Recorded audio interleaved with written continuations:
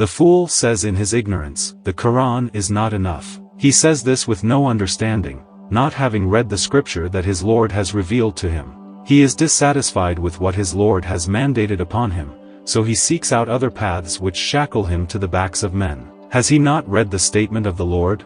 Take hold of that which we have given you with strength. Yet he says in his heart, surely, the words of God are not sufficient for me.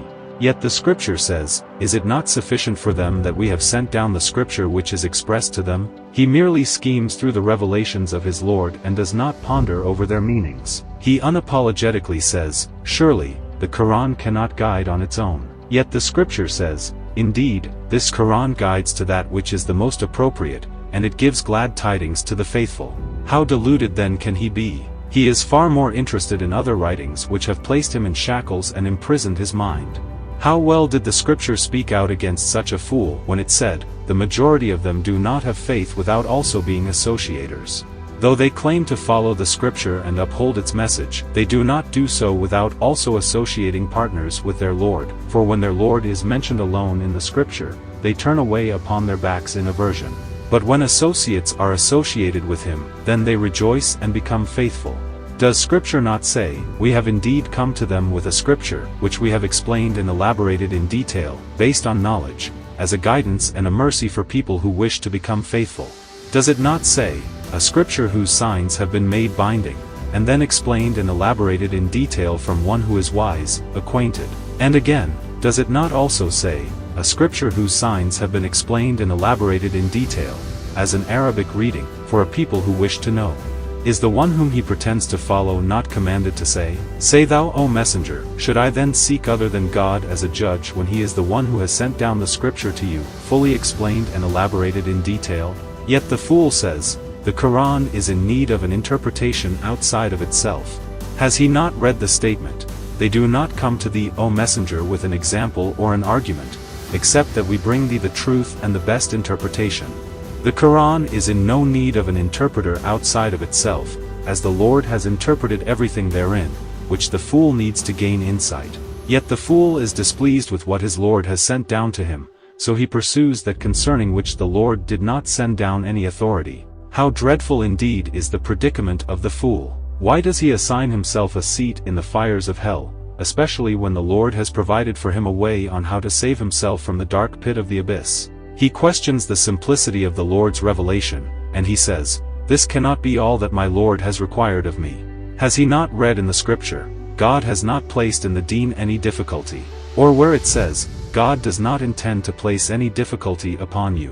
Why then is the fool unappreciative of the simplicity of the Lord? He makes things complicated upon himself, and he twists the scripture with his tongue, in all attempts to inconvenience things upon himself, even when the Lord has said, do not ask about things which, if they were disclosed to you, they would cause you distress. Why then does the fool not take a lesson from the wisdom of the Lord, and not ask about things which the Lord has not sent down any authority? Is he not the same one who sent his messenger, so that he may relieve us of our burdens and the shackles which are upon our necks? But they have tied up heavy and burdensome loads, and they have laid them upon men's shoulders, when they themselves are not even willing to lift a finger to move them. He then says, surely the best speech is the book of God, and the best guidance is the guidance of Muhammad.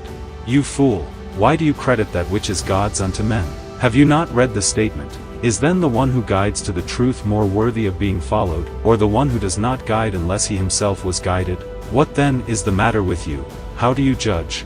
Did the Lord not find his messenger among those who were astray and he guided him? So how can someone who does not guide unless he himself was guided, be a better guide than the one who does not require guidance?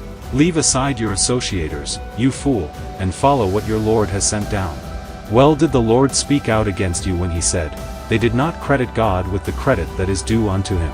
He says, surely the Lord has sent down the scripture and the wisdom. The scripture is this, and the wisdom is that. You have spoken correctly that the Lord has sent down those things, so, what then is the wisdom? Educate us, you who claim to possess the ability to reason.